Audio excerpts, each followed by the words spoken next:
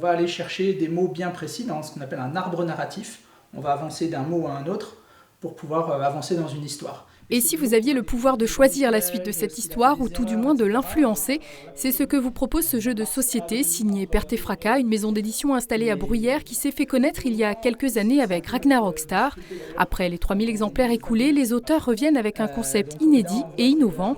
Ici, pas de dés, ni même de pions, mais des cartes et un grattoir. L'univers de Once Upon a Line, là c'est un jeu narratif qui se joue en campagne, qui se déroule pour la boîte de base dans un monde post-apocalyptique où les insectes sont devenus gigantesques. Il y a 1000 jeux à peu près qui sortent tous les ans, alors jeux et extensions comprises. Donc nous, petits éditeurs, il va falloir qu'on fasse notre trou là-dedans et qu'on propose quelque chose de radicalement différent. On va gratter des cartes sous lesquelles il y aura des mots. Chaque mot découvert va permettre de piocher une carte correspondante.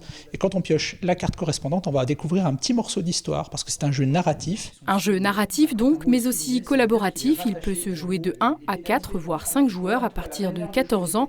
Nul besoin d'être un expert, mais une appétence pour les mots, les histoires et les insectes peut s'avérer utile.